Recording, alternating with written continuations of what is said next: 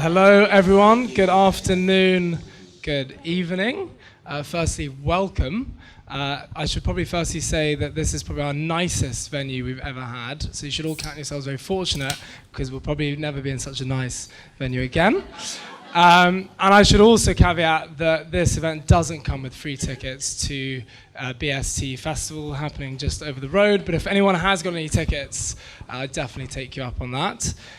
So yeah, thank you so much for coming. This is our third ever Ocean Connects event. Our hope is really to bring together business leaders, but also innovators all under one roof with the goal of building a better and much more sustainable future, and really all under the banner of ocean, because the ocean is essential to all life on Earth. We're looking at a really interesting topic today with the panel, so I'm just going to give a few words before we kind of kick off with the panel.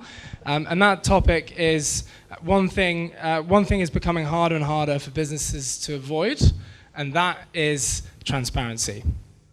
We're in an era where consumers are more discerning and vigilant than ever before.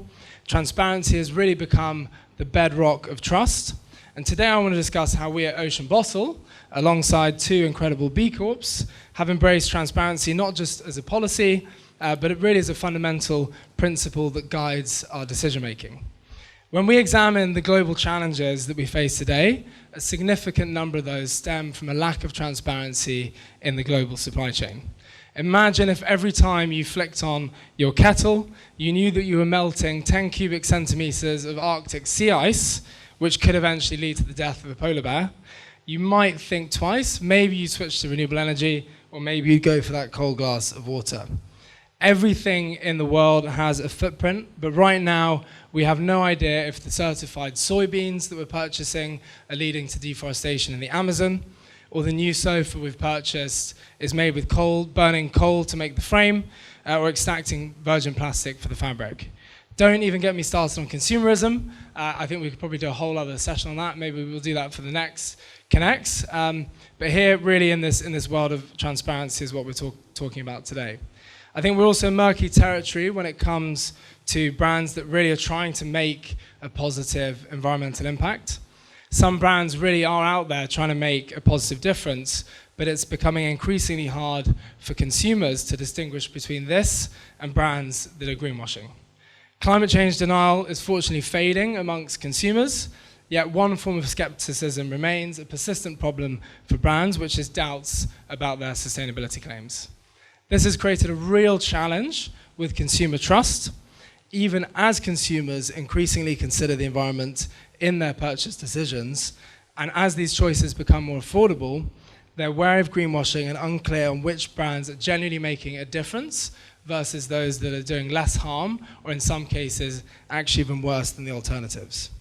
New research shows that almost 9 out of 10 consumers have a green attitude and want to buy more sustainable products. However, almost 60% of all environmental claims made by fashion brands are unsubstantiated. And it's probably no surprise that over 50% of consumers are sometimes skeptical about the environmental claims that companies make. As a result, many people feel now that they just simply can't make a difference, and they really don't know where to start, and that was actually one of the reasons why we started Ocean Bottle. And I think we're really in a time where we're kind of dealing with what you might call sustainability marketing fatigue. Something fundamentally needs to change, both for the planet, but also for the brands that really are out there trying to make a difference. And I think we're really big believers in a world where consumers are empowered with the knowledge they need to make sustainable choices, but also where businesses are really held to account on the impact that they make on the planet. The good news is that greenwashing is starting to be taken seriously. The EU is planning to ban, as many of you probably know, generic environmental claims on products without proof.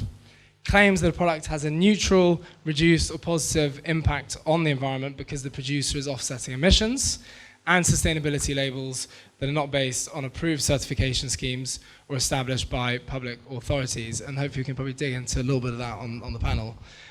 Today I'm joined by Ada, our CMO at Ocean Bottle, who'll be moderating two remarkable impact brands, which is Pangaia and OLIO. Something I can say that we're all united on is our commitment to harnessing business as a force for good, and really that transparency is central to that mission. just to really share, from our side, I think we at Ocean Bottle have come a long way, but we're really still far from perfect. Whether that's the fact that we put products out into the world with a footprint, that we're yet to reach 100% recycled content across our range, or that we manufacture the majority of our products in China. We try to surface all of these challenges that we have in our annual impact reports, and the real belief there is that by being open about our practices, our challenges, and our impact, we can not only build trust, but also inspire others to join us on the long and hard road to true sustainability. So, laying it all out there in the open, how can we rebuild trust and make it more obvious for consumers to make the right choices? How can more businesses embrace transparency as a guiding principle in their work, sharing really like the warts and all? And how can we really push the boundaries of what it means to be truly transparent in moving towards net positive business models? As a final point for me, I think we're in a time where urgency is really important because we basically don't really have much time and we need real action. But also I think it's becoming increasingly apparent that the most successful brands of tomorrow will be those who are really going above and beyond for both people and planet. And I'm hoping we can uncover it all in today's session. At the very least, a good chunk of it. It's quite a lot. And yeah, looking forward to audience questions as well. But I'll hand over to Arda now to get us kicked off with the panel. And yeah, I hope it will be good. But thank you.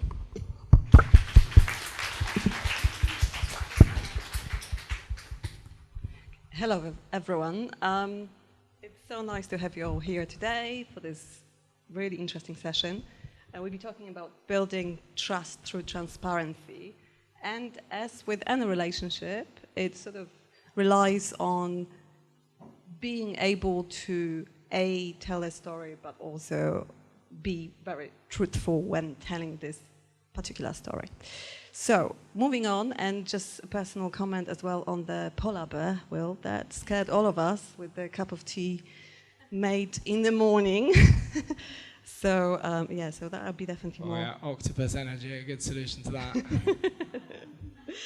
that. Brilliant. So, I think I'd like to start with some introduction from the panelists. So I'm going to ask each of you to give a little introduction about yourself and maybe a little fact about why you're excited to work for the organization you do, or a hobby, or anything personal, and talk a little bit about what your organization do. I start with Maria here, so from Pangaia. Thank you. Hi, everyone. I'm Maria. I'm the Director of Responsible Innovation at Pangaia. Pangaia is a material science brand. This is the quickest way we have to describe ourselves, but we exist as a commercialization vehicle for new positive materials in the form of hopefully desirable products in order to make them relevant and able to displace problematic ubiquity. I have a very simple relationship with nature. We were prompted as a prep for this introduction, so I do think it is important to connect with nature and remind ourselves of what we're trying to protect. I do it in a very simple way: walks, dips in the ocean, naps in the shade. It's hard to do any of those things with the weather that we have in July, but this is it. What draws me to the work that we do, I suspect I have this in common with many of you here. It is the problems we have to face are so big, they tend to attract personalities that think in unique ways, and people that are just good, like good in their being. So it is very people-led for me. Solving problems together is a big part of why I do the work that I do. Over to Liam. Yeah, I'm Liam. I work for OLIO. Do we have any OLIO users in here? That's good. That's a good number. So as these guys know, OLIO is a peer-to-peer sharing platform for food and non-food. Our mission is to reinvent consumption for 1 billion people by 2030. So quite lofty ambition we have there. I'm head of business development. I've been at OLIO for 6 years now, so I was the 5th employee. We now have over 100. I've seen the way that we've grown over that time, what's changed, and what hasn't. What hasn't is our commitment to having the most impact possible, and that's what I find motivating about working at OLIO. I like the fact that if I do my job well, people eat, people get to access food, and items get saved that otherwise would have been thrown away. The nature question, my answer was that I love surfing. That's my connection to Ocean Bottle. Ocean is my happy place. Brilliant. Cool. I love it. Sorry, can you hear me? Hi everyone. So I'm Will, co-founder of Ocean Bottle. Probably should have said that at the start, but we're here now. So for me, I think living in London, I do sometimes feel trapped in a sense, and we probably should have thought about that when we actually kind of set up the company and the team here. That we're quite far from the ocean and quite far from nature. For me, my happy place, if I could be anywhere, I'd be like on the middle of the ocean. I know that sounds ridiculous, but just when all you can see is blue around you, and you don't have to go far off the coast to get that experience.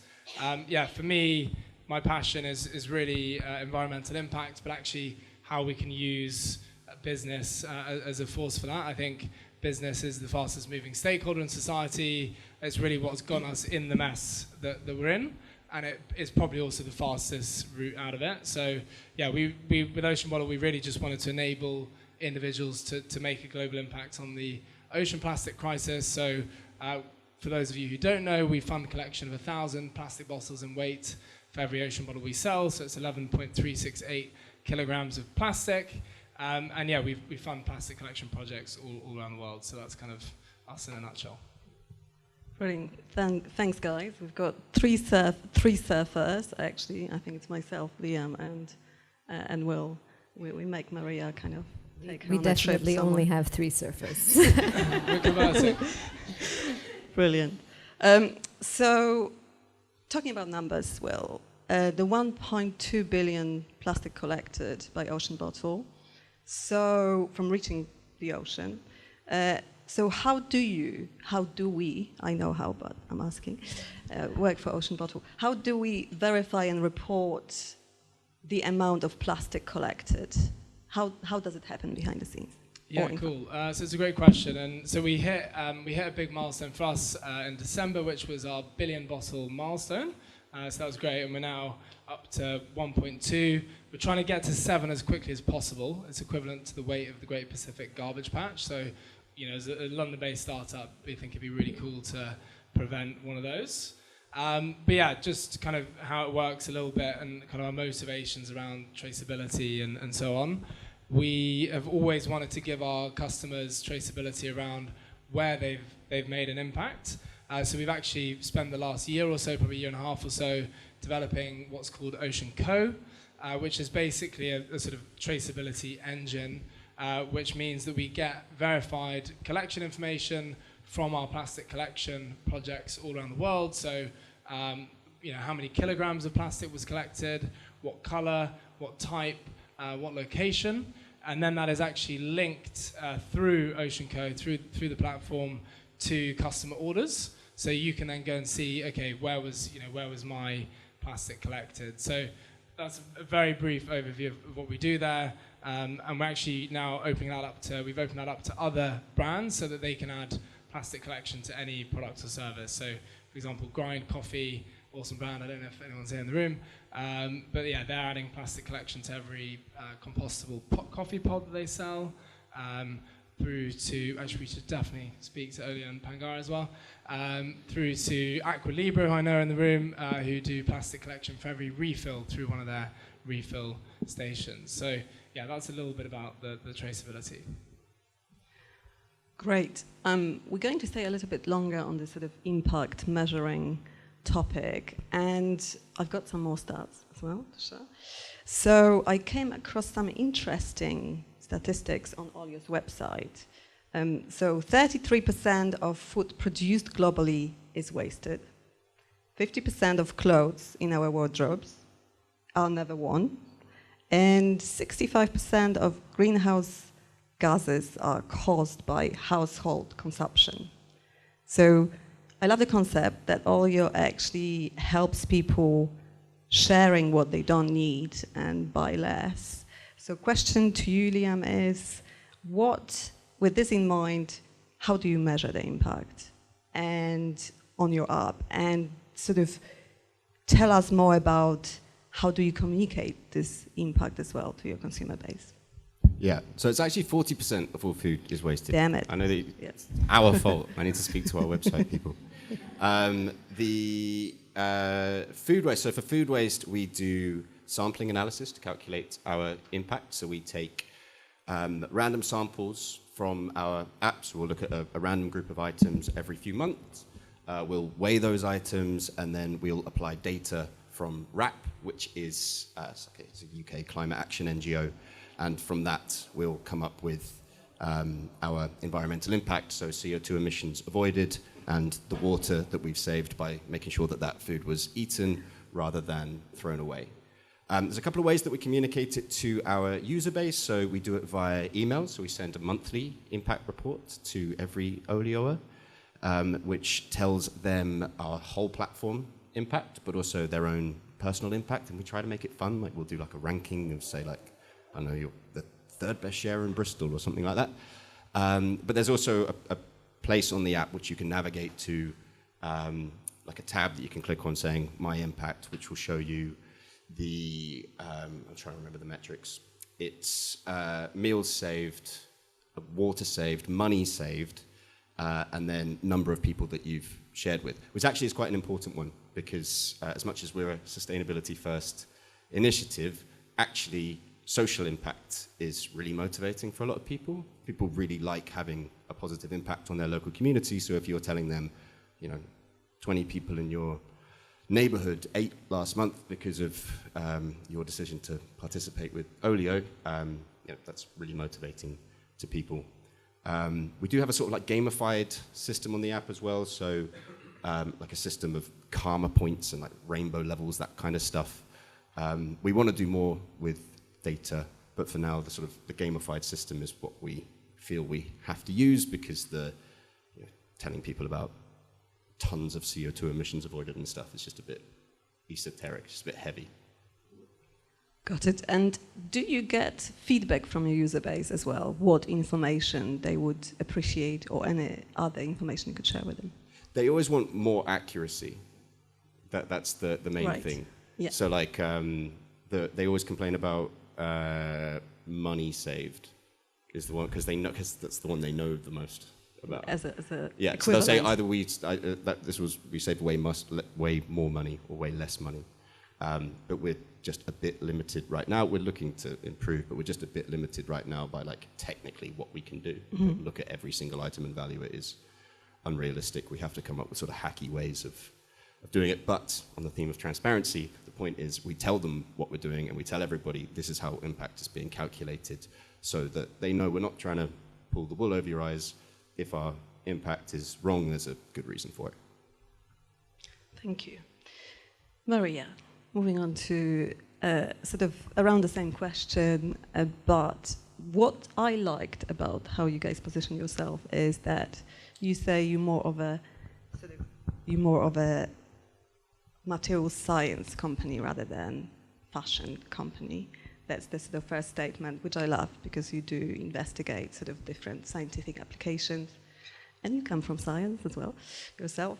So how do you ensure transparency, and whether it's through your supply chain, and then how do you communicate that as well to your customer base?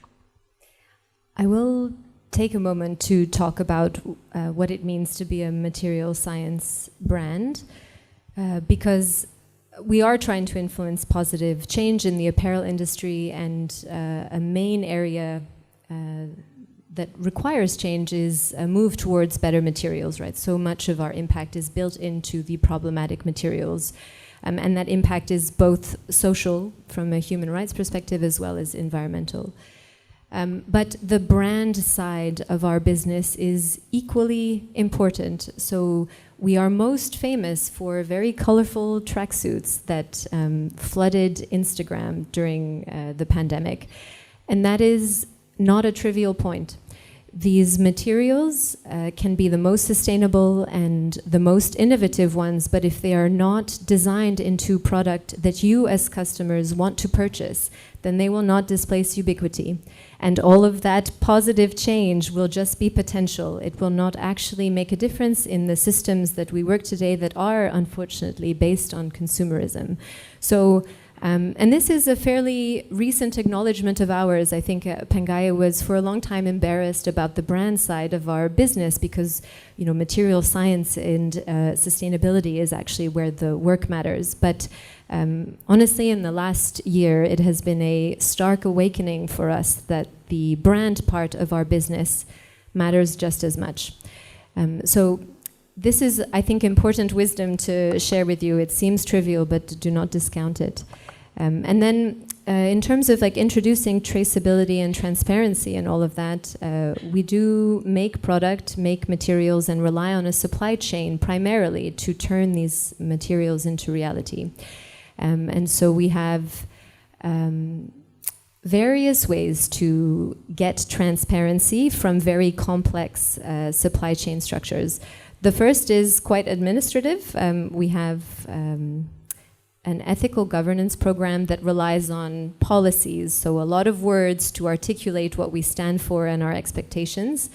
We also form partnerships with critical friends like Fairware, who help us navigate human rights issues but also hold us accountable.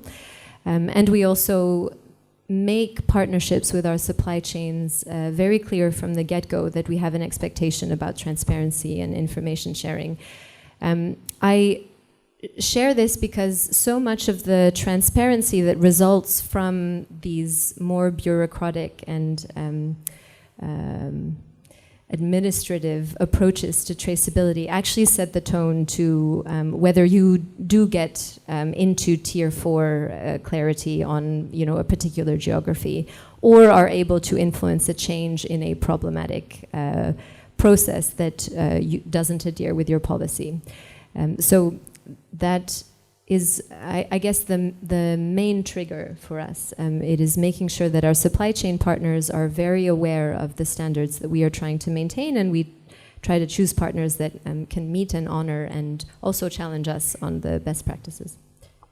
I mean, I can speak to that because we've been through Pangaia's procurement process ourselves when we did a partnership, and it was pretty rigorous. So luckily we passed. Yes, and actually I do want to tie back to what both of you have talked about, which is how do you package that in a way that is relevant to customers who are there on your website or your point of sale for a split second, and they are really just looking for something nice to buy. That is the primary reason people are there. So how do you communicate all of that rigor and diligence in a snapshot that isn't then also at risk of greenwashing? So I won't hold the stage much on this, but there are questions that tackle that, and this is probably why everyone is here. Brilliant. Yeah. I love this question about how you communicate it to your to the end customer. Do they understand what you're doing, and do they understand the kind of impact? So over to Will to maybe also kind of touch on the supply chain and what Ocean Bottle is doing there, but the customer communication and clarity there, and we can go around the table and discuss it in more detail. Yeah, sure. I'll give it a whirl. Is that working? All right. That's fine. Sorry, just a little bit. Is it quite loud? Sorry. Thank you. Thanks for saying that. It's sort of deafening the audience. Actually, almost in the festival experience. Right. Maybe I'll borrow it. Yeah, that's best. Thank you. Great. I'll just swap it down for a minute. Yeah, it's a really good question. I think it's incredibly important. We've come quite a long way in working with our suppliers. So actually, the first factory that we worked with, they were 46% more expensive than the second best alternative that we found. And that was due to kind of social and environmental standards. When we kicked off working with them, we actually got them to install a solar system, which is quite cool. So they put that on the roof. And then we were also the first brand there to use 90% recycled stainless steel, which then has since kind of rolled out across, I think, other brands that they work with. Shout out to sort of our own impact team, who have developed kind of a supplier scorecard, probably framework, maybe similar to what you guys do. But it basically allows us to score our suppliers quarter on quarter. And it kind of creates a bit of race and competition between them. So I think that's worked really, really well for us. And I think we've seen that push for continuous improvement really there.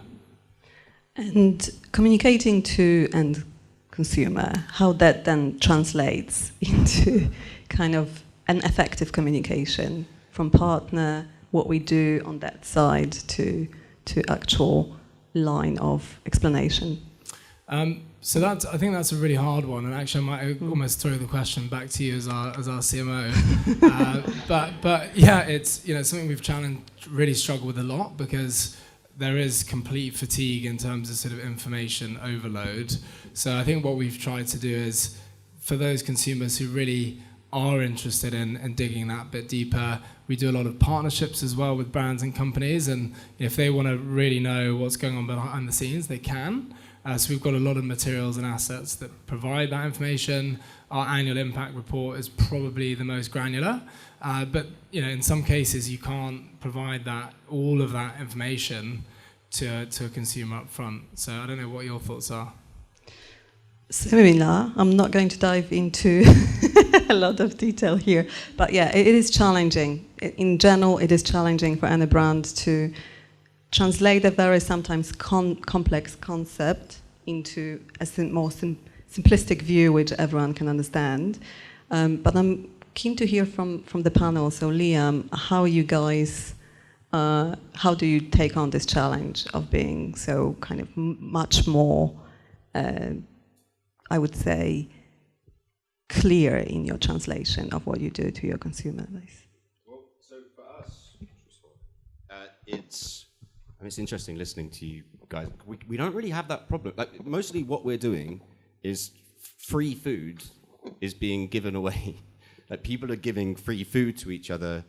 We don't have an office. We don't have any vehicles or anything like that. We know we're massively carbon positive. For us, we actually have another problem. Like eco-nerds flock to OLIO. The problem for us is it's a concept. What's it called? It's in market, like crossing the chasm, like trying to get to the mainstream, and like trying to get through to people who aren't motivated by sustainability or by impact. That's actually the challenge that we face. And to do that, actually what we've had to do a lot of the time is tone it down. So we don't use words like mission anymore, like warriors, like food waste warriors, that kind of stuff that we used in our early days. We don't use that because we don't want to put people off who aren't like that naturally. Interesting. I'm guessing, Maria, you've got a slightly different take on this question as well, around the communication. I've loved your answer. I think your starting point is your impact is built in really to the business model. I think we are actually trying to redefine a very linear commercial paradigm that exists already. What you are building is new, and so you are eating away at the paradigm, not trying to break it. And I wish I had your problem. Well, with that, you have the problem. So what you have, what you we guys can have clearly share those problems. The problem that we always face is it's not clear how you monetize what we do. Yes. Whereas you guys have a clear path to monetization. But it's the sort of, no, this is so crucial. The path to monetization is selling product in a brand, right? And that is not built-in impact unless you force it. So in terms of communicating to the customer, there is an internal battle, which is fighting for attention real estate. And the thing we fight for the most in the Responsible Innovation team is the impact report. This is where we can geek out and put as much content and information and put our faith in the outside world's ability to understand very complex things. So this is a yearly effort for us. If we could do it more frequently, we would, but it takes us a year to pull it together. The step Down from that is evergreen content on whatever your main point of sale is. So for us, it is e-com, and we are rebuilding that at the moment. This is the second tier of important real estate to communicate slightly lighter content. It is not as detailed as the impact report, and we weave in product. This is our intention, so that you are here because you're interested in the product that we make, but we will accidentally inform you on the built-in impact that we work on behind the scenes. And there are very intelligent UX designers that can work with your impact teams to make that a visual reality. And then the lightest touch exists on product pages or social media, where the attention, is much less detailed, and also the willingness to risk anything that swerves you away from what it is that your money makes business on, that your business makes money on. That becomes like the internal battle. So you must have the reverse, and the sweet spot is somewhere in the middle. Yeah. Also, I think, Maria, I kind of, when I was looking at the information you provide, I really liked, and I'm going to share it with everyone, I really liked the fact that you state a problem on your website. For example, the kind of use of cotton as a material across the globe, and how it can impact our sort of sustainable goals going forward. And then you offer a solution.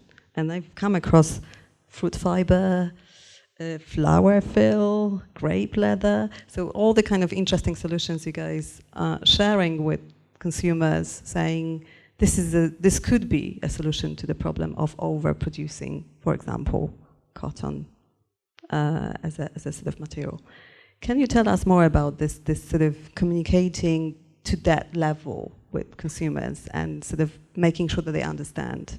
Yes. This problem-solution connection is what Pangaia was built on. And for many years, we built out the problem-solution to a need to connect with nature. So our business was built around this promise that through our product, we could connect you to nature. More recently, we have also had a bit of an awakening around this notion of protection from nature. Not in a way that is menacing, but in the simple way that animals have feathers to protect themselves from the cold. We use apparel to protect ourselves from the elements. So that is a very simple need to protect ourselves from nature. And this connection to nature, protection from nature, is now what we are trying to reinforce. The reality is a lot of these. So that's the simple formula. The reality is no single problem is ever met with one solution. And we do our best to carry life cycle assessments that will quantify the positive impact of choosing one item over another. But if any of you have been involved in life cycle assessments, you will know that data, even if it is primary, is very flawed. It's only the best we can do. And so there is a whole piece of work that goes beyond the data that tries to assess like human rights, well-being within the supply chain that you rely on.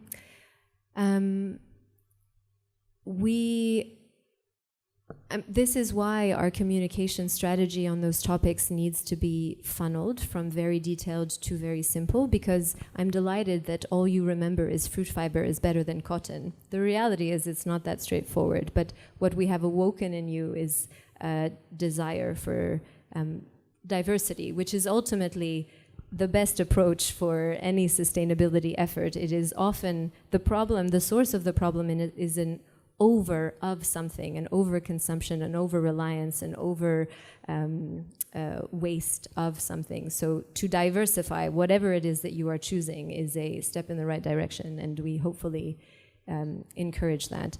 I don't know that we land in the way that we intend. I don't know that everything I have shared is actually how we are met as a company. And I don't believe that is a complete picture, actually, of what a successful business should pursue. But it is where we're at now. definitely works for someone with a short attention span like myself. So yeah, it does work in terms of getting attention. No, so I'd like to sort of segue into product life cycle and sort of discussing from materials to kind of how the communication around product life cycle or the benefits of it happens. And that's a question for Will to, I love the swapping, to talk us through Ocean Bottle way of presenting that or communicating externally. Yeah, sure. So I think, for any product designers in the room, or anyone who's even kind of touched or been near product design, it's really, really challenging. And I think particularly today within, the confines of the global supply chain, it can be really hard to kind of make step change advances. And, you're also juggling kind of sustainability against aesthetics, performance, actually regulation. For example, it's really difficult to utilize ocean-bound plastic in food-grade applications. So we've been banging our head against the wall for quite some time. We spent a year and a half developing and designing the original Ocean Bottle, 3,000 hours of sweat, blood, and tears. And then, since then, we've invested a similar amount of time in each product. And we tend to look at it through three lenses. So the first one is really, materials and production and what we're doing at that stage. The second stage is really, extending in use and the longevity of the product. And the third one is designed for recyclability and end of life. So to give some more tangible examples of, what that looks like in reality. So we're now at 70% average recycled content across the range. That's actually really helped reduce our carbon emissions. So we're now down to about 3, sorry if this is like way too granular, 3 kilograms of CO2 per ocean bottle, which is equivalent to about a bag of rice. But our goal is to continue to reduce those negative externalities of making the product. In terms of then, increasing longevity, we have a 10-year warranty with every product and spare parts for life, so you can continue to use it. I actually met someone last week with a 5-year-old batch 1 bottle, which was still going strong, and I was like, that is exactly what we want to see. So yeah, hopefully you'll have the same experience today, and when I see you guys in 5 or 10 years, the bottles will still be going. And then the final thing is we design for recyclability, so you can actually take the product apart and recycle it, which is really important because every product at the end of the day has some kind of lifespan, but we want it to make it as long as possible. But for us, there's still a lot of room for improvement, and it is kind of that like continuous iteration and continuous improvement that helps us get there. And we would love more material scientists on our team as well. It can be really challenging to integrate those new materials. Thanks, Will. So we've touched on measuring impact, also the clear communication to sort of customer base. And I'd like to deep dive a little bit more into fostering trust with the people we're communicating to as well.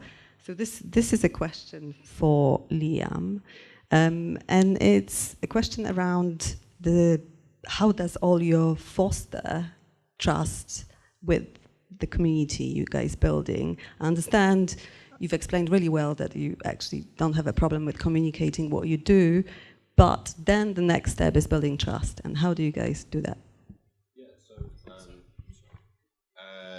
How we build trust and I suppose like a sense of community. Like when you set up a community-powered platform, there's kind of 2 routes you can take. You can either say we're just building the thing, and what people do on it is up to them. Like Twitter, I think would probably say that. What would like Elon Musk say about I don't know if it was official Twitter, if it was just Elon Musk. It's X. Oh, sorry, X. Excuse me. So on X, they say they call it like the internet's town square, right? Which speaks to their view, which is, that's just the street that people are meeting on, and as long as they're not like, I guess blatantly breaking the law, you can more or less do what you want. And there's good arguments for that kind of system. If you're like a free speech warrior, you probably like that. But the problems with it are that it gets very toxic very quickly, and it's probably quite bad for people. Like, I'm a Twitter user. I'm sure if you took my blood pressure while I was on Twitter, you'd see quite a worrying spike. And Tessa and Sasha, when they founded OLIO, took a different approach, and they said, we actually want the platform to be a nice place. We want it to be a place where people feel comfortable, and we're going to take responsibility for that. So loads of thought has been put into things like our user agreements. When you sign up to OLIO, you commit to a set of behaviors, mostly around sort of just being polite and nice. We have a forum, which is very active, but it's also highly moderated. We don't tolerate it if you insult people. We have an algorithm which will automatically detect problematic behaviors. We have a rating system. So every time you share with somebody, you're told to rate them and they should rate you, which is really, really important, because even though it's mobile technology that we're using, the interactions are happening in the real world. So people are actually going around to each other's houses, and safety is a concern, and trust obviously plays into that. And lots of our users will say, oh, I'm not going to share with anybody unless they have a certain rating and unless they have a certain history on the app. So they must have had at least 10 shares. They must have all gone well. It's also kind of important competitively, because there's lots of marketplaces, and ours isn't the biggest one. You need to give people a reason to go there. And we always score, like, if you rank us against Facebook Marketplace, people like that, we always score highest on trust, which, like I said, is important because, we don't have as much stuff on our app as they do.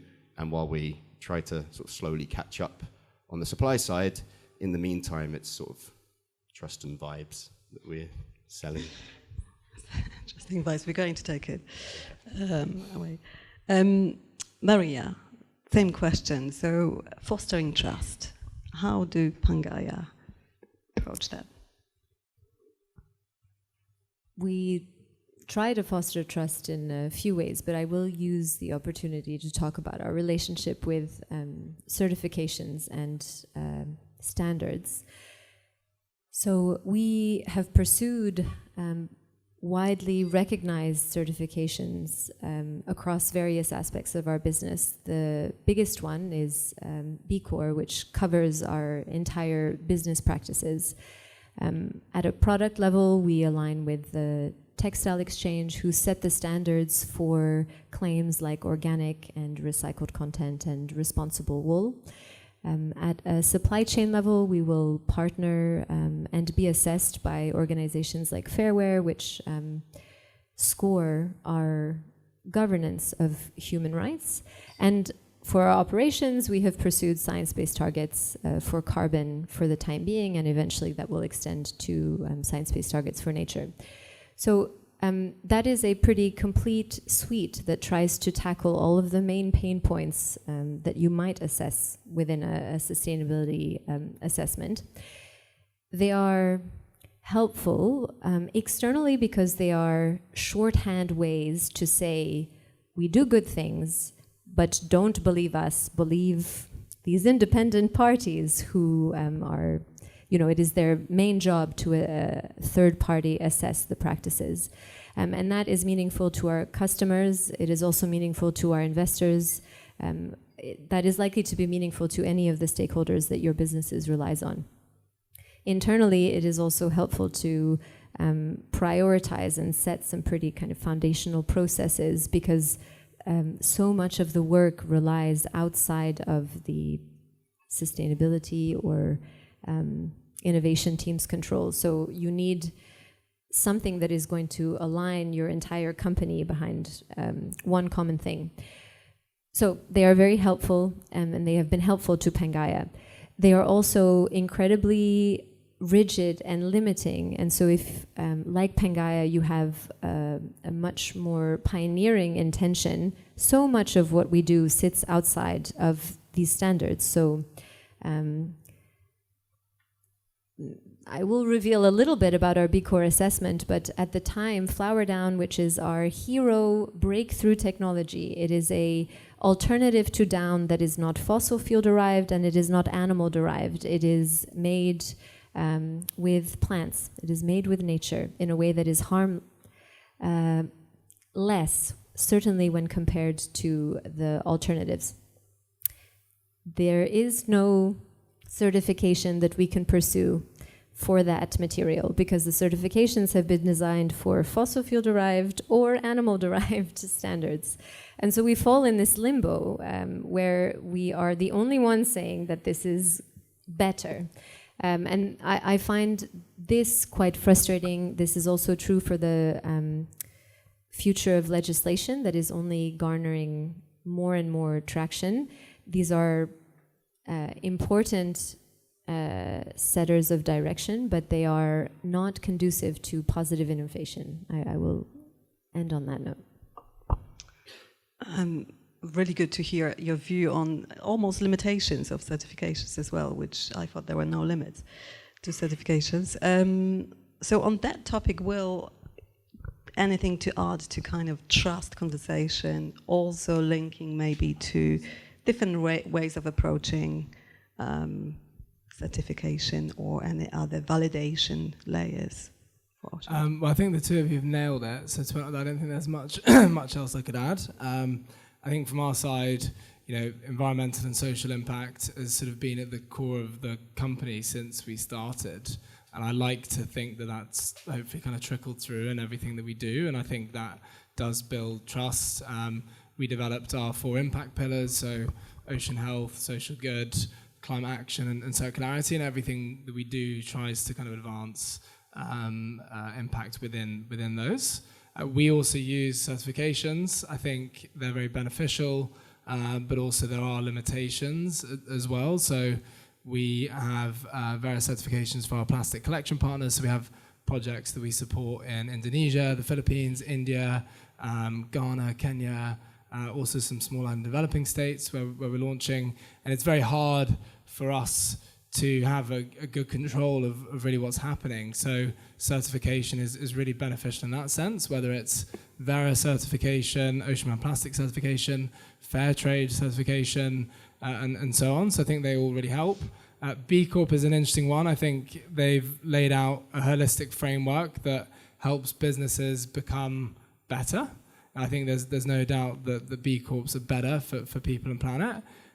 I do question whether is there a standard, beyond that, which is, for truly net positive businesses that are actually beneficial to all stakeholders in society.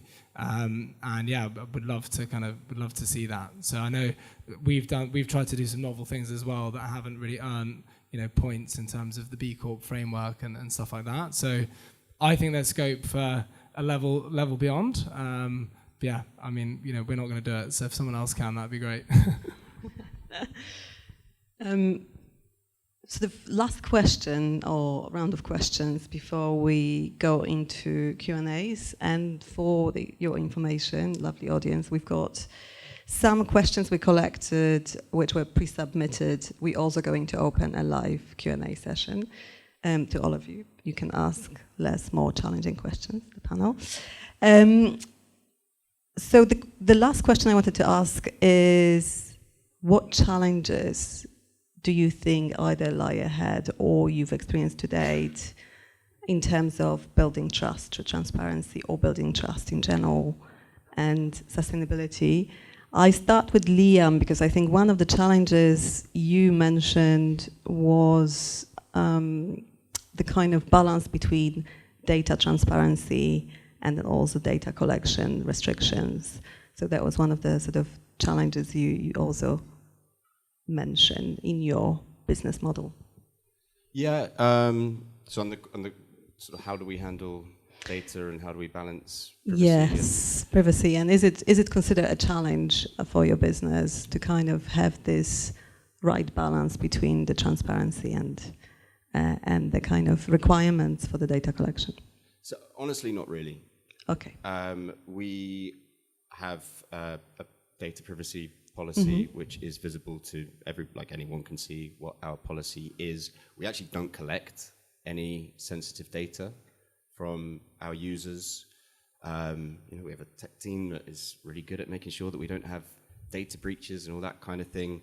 And we don't sell data to third parties. That's it's an ethical commitment. Yeah. Again, when the app was founded, we didn't want to turn our users into a product. So we don't sell their data to anyone. Although sometimes it would be tempting. This is the revenue model. It's an interesting one actually, because there's been times in the past where so we were approached by a council once. I can't remember. So it was a while ago, but it was a government agency approached us, and they wanted help building a poverty map, because you can actually tell using our data quite easily where there's deprivation in the UK, and it's and our mapping of that was like way more precise than anything they had. But and we could anonymize it. That's fine. In the end, we couldn't get funding for it, so it fell apart. But yeah, that would be an interesting case. Friends, if anyone has money, this is a golden idea. So, sort of closing on the challenges. That's not the challenge. Probably our researchers went too deep on the challenges there on OLIO side. So what would you consider a challenge, Liam, for you in terms of sort of building trust, transparency, like the key challenge you foresee happening in the near future for you guys? Around trust and transparency? Yeah.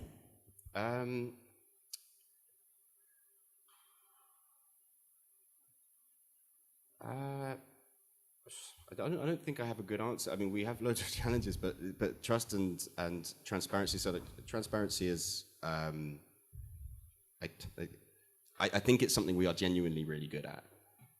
It's like an internal thing. Like everybody in our company knows our runway. Everybody in our company is constantly told how much cash we have in the bank and all this kind of thing. So transparency really permeates the entire company. The issues that we face, honestly, are more to do with scale and monetization, which I think it comes back to the thing that we were talking about earlier, which is, I think, sort of having like the mirror challenges when you don't have a product to sell, and when you start with an idea that you know is good for the world, but you don't know how to monetize. We need to monetize, or we need to get to profitability. Otherwise, we won't exist anymore. So it's more of a challenge of scaling up and reaching more people rather than sort of transparency. Yeah. Brilliant. So, Maria, any more to add to kind of challenges from Pangaia's point of view? I will pick up on your word around temptation. I think that we are facing into very difficult retail circumstances, and we are under pressure to justify actually the same thing, which is how do you commercialize the good work beyond the product in a space where the product alone is also being very challenged in terms of the customer appetite for it. So the temptation to erode on your standards or to be faster and sloppier so that you kind of meet the momentum that is assumed in order to kind of face a more challenging retail environment. That is the challenge we're facing at the moment. Temptation. That's the challenge. Actually, sorry, on that point of temptation, I've got one for a problem with trust. Go ahead. Go ahead, Liam. Finally. Yes. It's like we have to. Yeah, it sounds like I'm trying to make us out to be angels, but it's we have a set of principles that we want to stick to. But sometimes you need to push against those a little bit if you want to succeed, if you want to survive as a business. And we found that so we're constantly introducing new features to the app, which are aimed at monetization and getting us to profitability. And you get so much flack from users who are so in love with the idea, as simple and plain as it was originally, and that can be tough, and it gets tougher as you grow. Like every sort of iteration, you get every time you sort of move forward, you have to say goodbye to a group of users who are with you for, For a while. For a little while, and who won't stick with you when you get a little bit more commercial. Yes, that's probably relevant to all of us. Same question for Will. Sure, it's a good question. I think for us, it's got to be kind of cutting through. I think a lot of people just don't care, honestly speaking, and I think there's a real need to not only kind of make sustainability sexy, which I think Pangaia have done a great job and OLIO as well, but I think what we can market is actually, this is better for you, it's better for people, it's better for the planet, and I think there are ways to cracking, what we almost call like the enigma code of kind of breaking through. I think the appetite is there, it's growing, but making it clear that actually you're different to all the other bottles out there, for example, I think is a priority.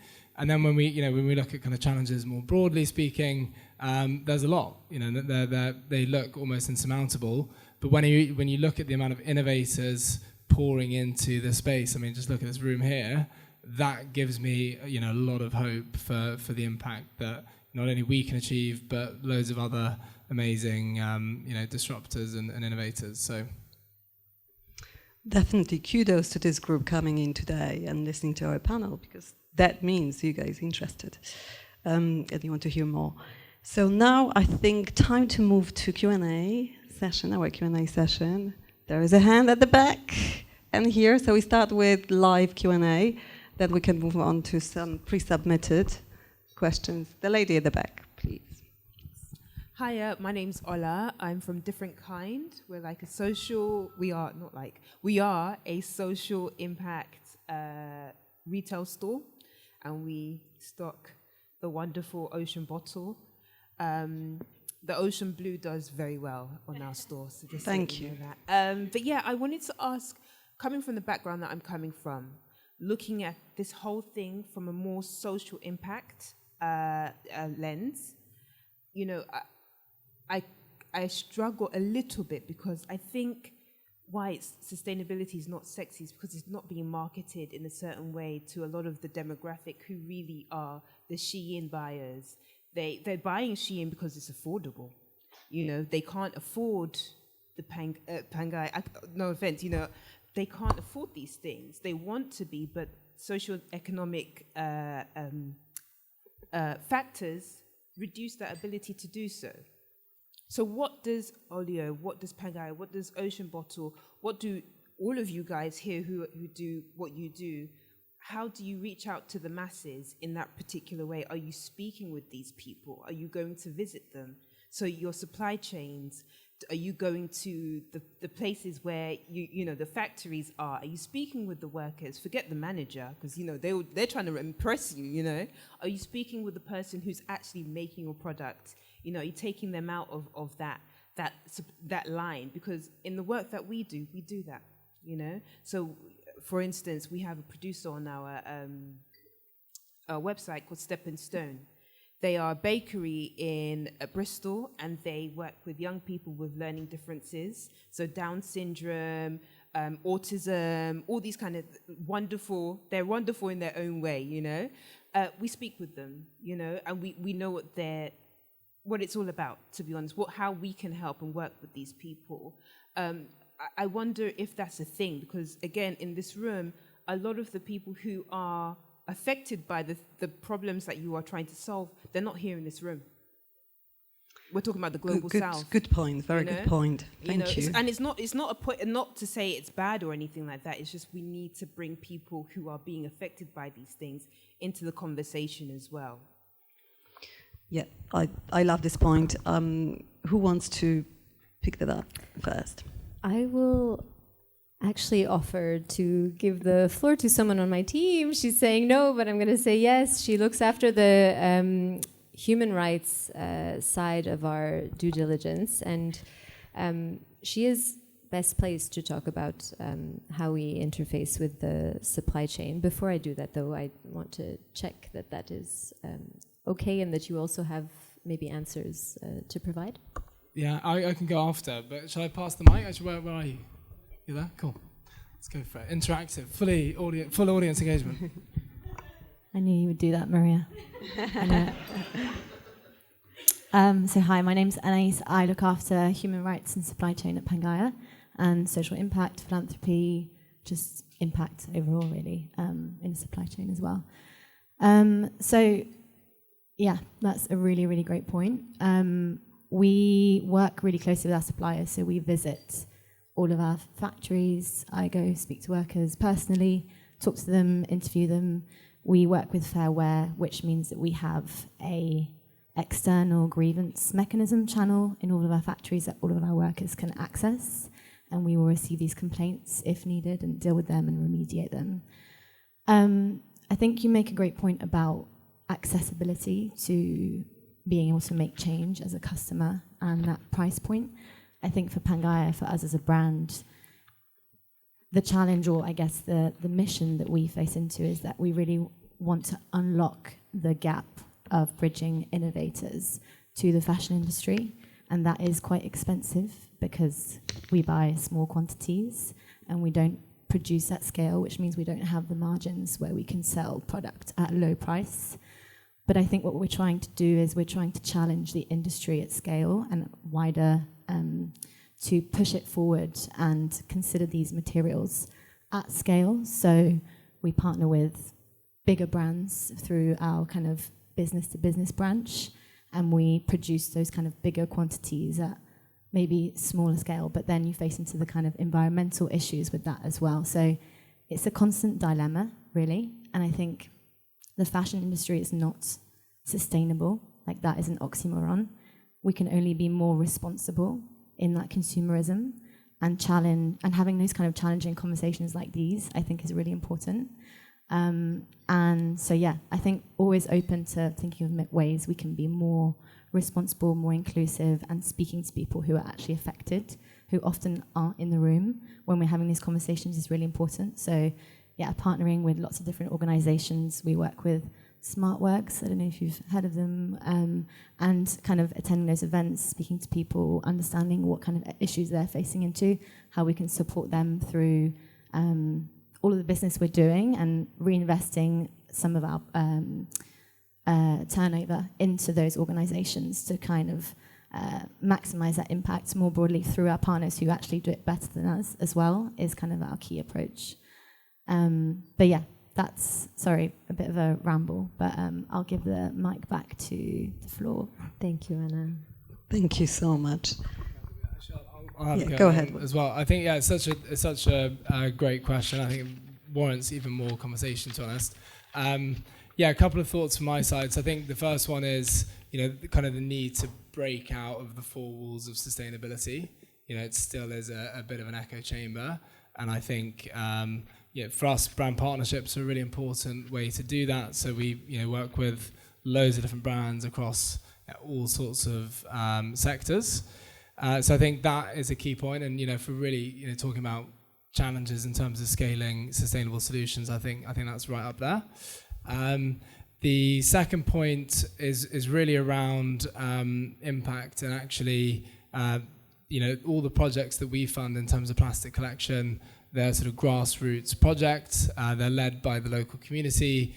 So we're actually enabling people to come and bring plastic waste and exchange that for an income. But then there's also a range of kind of social programs as well around that. So whether it's access to education, financial literacy programs, there's a lot of people who don't even have access to like an identity card, which means they can't open a bank account. So we help with projects like that, but also health camps and things like that. So, but those projects are community-led.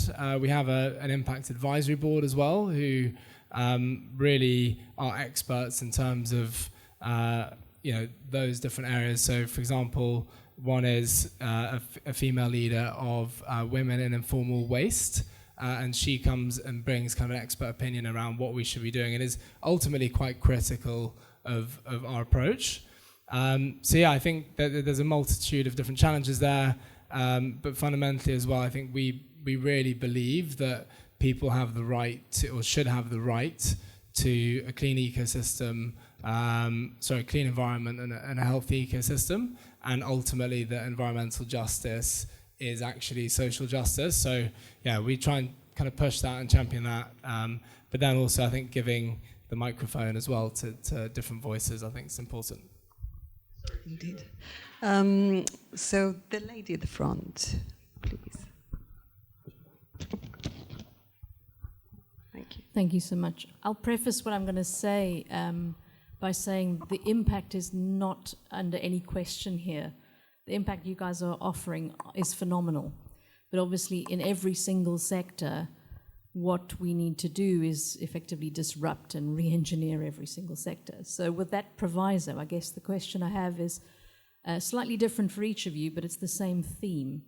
So I guess for you, Will, my name is Josephine. I'm a researcher at Trinity College in Dublin, but I'm South African. So my question to you in terms of plastic collection is, you started to answer about how you deal with the community-led piece, but essentially you have a business model that is dependent on a social function that you're paying for to pull back the plastic. The question is that a sustainable business model in terms of the people doing the plastic collection?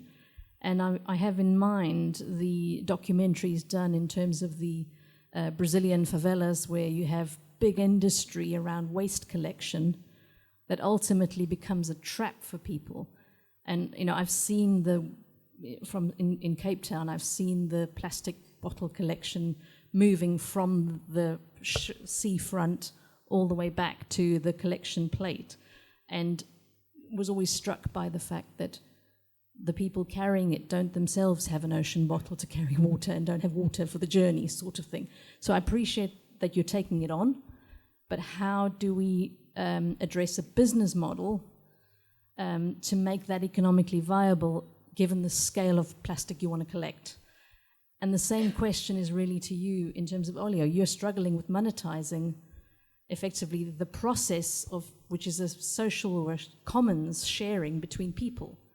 So I think there's something there that we need to crack together, because we do need a mechanism to fund both of those jobs. And then coming to Pangaia, I think, again, there's a disconnect between creating new materials to displace the existing ones. So I wonder if you can all comment on how we crack the monetization of these social problems, because we do need to do it, and you are all doing it, but we haven't got an easy answer to cracking how we finance it in a good business model. But you're all doing a great job starting. So thank you. It's a great question. Really Really good one. Kind of bringing on the heat is good from the researcher. We need to look at things through a systems change approach. And I think what we've sought out to do is, really try and tackle one global challenge through, quite a traditional business model, really, if you think about it, almost sort of leveraging consumerism to fund impact. So for us, it's about scaling and catalyzing the plastic collection partners that we work with, so that they can then go on to, continue the work that they do. The focus there is really alleviating both the communities that we work with from, the plastic pollution that they're literally living in day to day, but then also preventing that from, entering the local waterways and damaging their own ability to, for example, fish, and then the broader ocean. So I think we've kind of looked at it through that approach. Do I believe that, we could probably come up with even further ideas around that? But yeah, definitely. And maybe there's a kind of OLIO coexistence model, sometime down the line. I believe we have a role to play. The challenge is really big, and if we're able to actually scale up plastic collection, we really can prevent ocean-bound plastic and things getting much worse than they are today.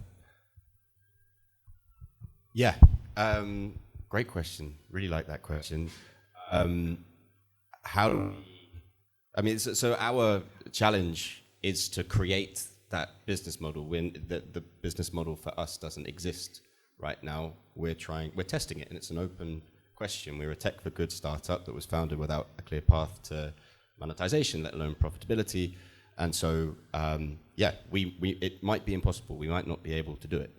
Our hunch, what we firmly believe, is that if we can get enough supply onto the app, if we can create enough value for people, there must be a way to monetize. I say this like we make no money. Like we have ways of making money. We work with businesses like Tesco, Waitrose, Sainsbury's, people like that, to collect the surplus food that they can't sell. They pay us for that as a service. That's our number one revenue stream at the moment.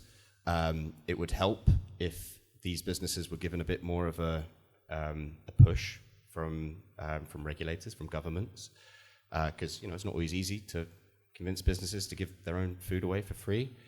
But yeah, then on the C2C side, that is our feeling, and that is the feedback that we get is, in areas on OLIO where there's high activity, there's lots of food available, people are getting lots of value from it, they actually don't mind paying us a small amount. That's by the way, it's one of the reasons why we show money saved in the impact reporting, is because there's a freemium version of the app which gets you a couple of extra features, and we're sort of trying to make the argument that if you benefited for £100 through OLIO last month, it might be worth spending a £5 to become a monthly supporter and getting access to some extra features.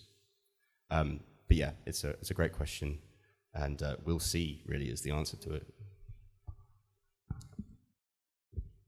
I have a more doom and gloom response, which is we are doing it all backwards. That's why it is incomplete. That's why any effort feels trivial if we reduce it to a balancing act. The solution is probably it probably mimics biology in some ways, right? It is like a web that we need to create, and we need to like fungi grow and move forward in lots of areas and find the paths of least resistance, but it is resistance towards good, not resistance towards like economic growth. And yes, it's completely backwards. Like we talk about measuring the footprint of our product by starting at the end and then working backwards. But we should place a monetary value on all natural resources, like water. The existence of water should have a price tag on it just for being there. And then that will guarantee that as it flows through this system that we have such a hard time to let go of, that price will be built in. And then, that starts to really, you will really notice the economic consequence of, overuse and pollution. And that will also, even if we were to turn that switch on and all the countries decided water for their region is worth X, that would lead to disastrous effects, because all of a sudden people would be in a day priced out of their local resources. But that is what we're moving towards. We're just doing it a little bit slowly. So how I deal with it is anything great that I have achieved has actually been an accumulation of thousands of small accomplishments. And I would invite us, some of us will be in positions to influence great change and be part of the big picture solution that you're inviting us to think about. Most of us will just have to do good in 1,000 little ways, professionally and personally. And I think that is the only way to exist. That is, in fact, existence. It's just keep moving forward. Will wants to add. Sorry, I can't help myself. Sorry. Just to add, one final comment for me is we are three really small brands, right? If you look at the scale of the world, we as a small London startup, we've collected over 1 billion plastic bottles.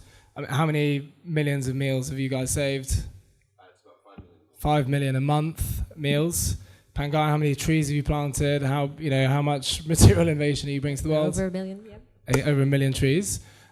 We are small brands within the global economy, and really, if big companies like, for example, if Nike took on our business model, they would be giving 15% of their revenue, 15% of $36 billion annually, to tackling a global challenge with their community, and tackling it in a way that a business does it, not an NGO does it, which is quite efficient. At least that's my personal view.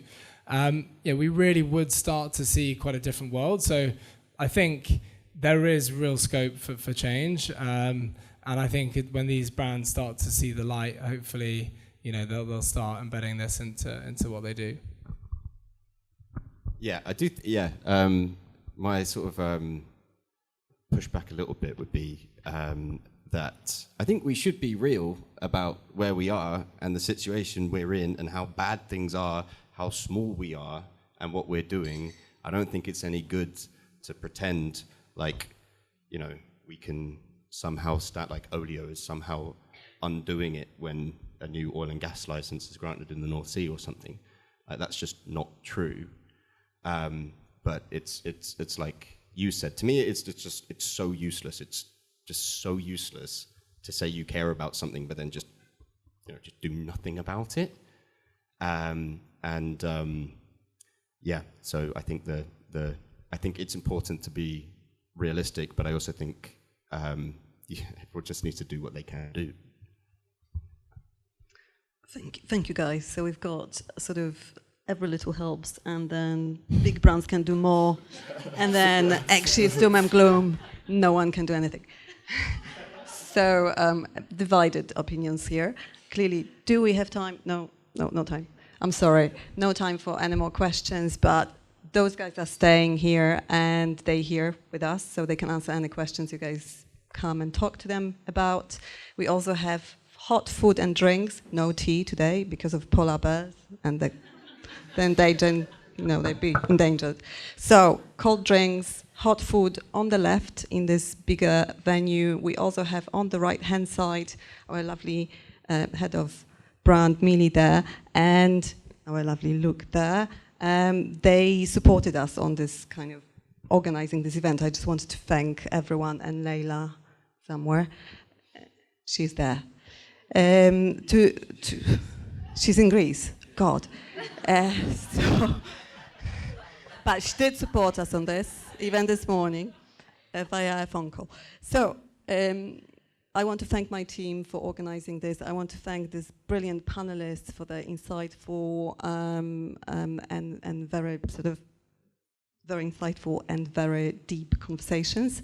So over there for food, guys, and drinks, and whoever wants a bottle, ocean bottle, free one, and haven't collected it at the beginning of this event, there's still some left in the room on the right-hand side. Have fun and more conversations. Thanks, you guys.